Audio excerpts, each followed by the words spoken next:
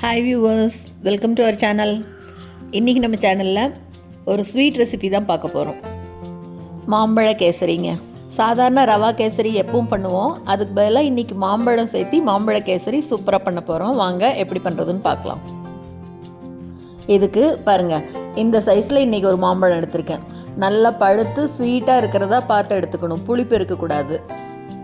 நல்லா வாஷ் பண்ணிவிட்டு தோலெல்லாம் எடுத்துகிட்டு பாருங்கள், இந்த மாதிரி கட் பண்ணி வச்சுருக்கேன். இப்போ இந்த கட் பண்ண மாம்பழத்தையெல்லாம் ஒரு மிக்ஸி ஜாருக்கு சேர்த்திட்டு நைஸாக அரைச்சி எடுத்துகிட்டு வந்துக்கலாம். இது கூட தண்ணி எதுவுமே சேர்த்த வேண்டாம், மாம்பழத்தை மட்டும் நல்லா நைஸாக அரைச்சிக்கலாம். பாருங்கள், இந்த மாதிரி நல்லா நைஸாக இருக்கட்டும். இப்போ நம்ம கேசரி செய்ய ஆரம்பிச்சிடலாம். ஒரு பேனில் 2 டேபிள் ஸ்பூன் அளவுக்கு நெய் சேர்த்துக்கிறேன். நெய் நல்லா உருகி வரட்டும். பாருங்கள், நெய் நல்லா உருகினோன்னு இப்போ இது கூட முந்திரி பருப்பு சேர்த்துக்கலாம். முந்திரி பருப்பு அப்படி லேசாக பொன்னிறமாக வரணும், அந்த அளவு வறுத்து எடுத்துக்கலாம்.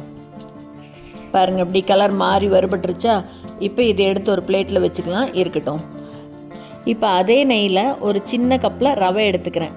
நம்ம எந்த கப்பில் ரவை எடுத்துக்கிறோமோ அதே கப்பில் சர்க்கரை, தண்ணி எல்லாத்தையும் ஒரே மாதிரி மெஷர் பண்ணிக்கணும். இப்போ அடுப்பை மீடியம் ஃப்ளேமில் வச்சுட்டு இந்த ரவையை மெதுவாக வறுத்து விடலாம். ரவை அப்படி லைட்டாக கலர் மாறி நல்ல வாசனை வரும், அந்த அளவுக்கு வறுத்துக்கணும். ரவையை நல்லா வறுத்துட்டோம்னா தான் கேசரி கிளறும்போது கட்டி தட்டாமல் வரும்.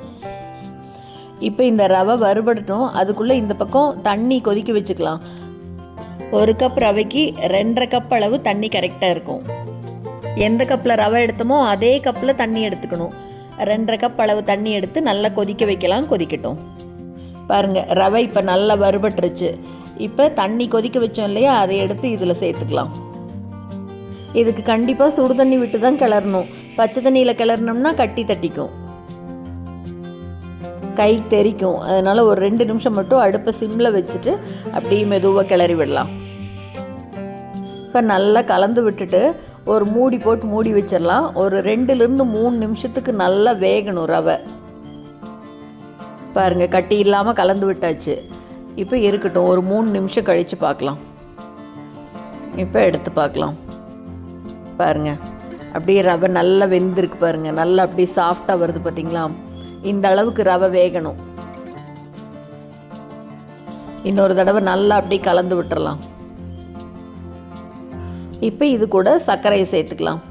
நான் 1 கப் ரவைக்கு 1 கப் அளவு சர்க்கரை சேர்த்துக்கிறேன். நீங்கள் உங்கள் இனிப்புக்கு தகுந்த மாதிரி பார்த்து சேர்த்துக்கோங்க. இப்போ சர்க்கரையோடு சேர்த்து நல்லா மறுபடியும் கலந்து விடலாம். அடுப்பு சிம்லேயே இருக்கட்டும்.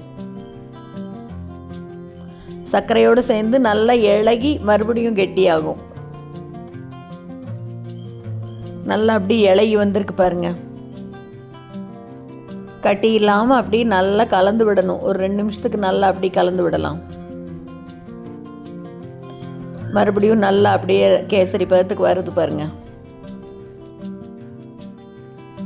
இப்போ இது கூட ஒரு 1/4 டீஸ்பூன் அளவுக்கு ஏலக்காய் தூள் சேர்த்துக்கலாம்.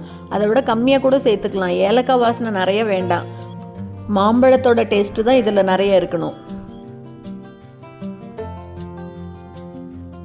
நல்லா கலந்து விட்டதுக்கப்புறமா இப்போ இது கூட ஒரு சின்ன பிஞ்ச் அளவு உப்பு சேர்த்துக்கலாம்.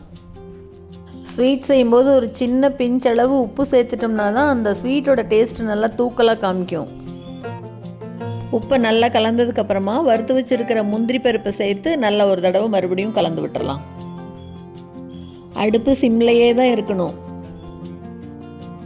எல்லாத்தையும் சேர்த்துனதுக்கப்புறமா கடைசியாக இப்போ இது கூட அரைச்சி வச்சுருக்கிற மாம்பழ விழுதை சேர்த்துக்கணும். மாம்பழம் நல்லா பழுத்து இனிப்பாக இருந்ததுன்னா தான் டேஸ்ட் நல்லா சூப்பராக வரும். இப்போ இந்த மாம்பழ விழுதோடு சேர்த்து நல்லா அப்படியே கலந்து விடணும். கைவிடாமல் ஒரு 2 நிமிஷத்துக்கு நல்லா அப்படியே கலந்து விடலாம். பார்க்கவே எவ்வளோ சூப்பராக இருக்குது பாருங்கள். ஃபுட் கலரெல்லாம் எதுவுமே சேர்த்தலை, மாம்பழம் சேர்த்தினோடனே அப்படியே சூப்பராக வந்திருக்கு பாருங்கள். இப்போ இது மேலே ஒரு ஸ்பூன் நெய் சேர்த்துக்கலாம். நெய் சேர்த்து கிளறும்போது வானிலையில் ஒட்டாமல் வரும் சீக்கிரமாக.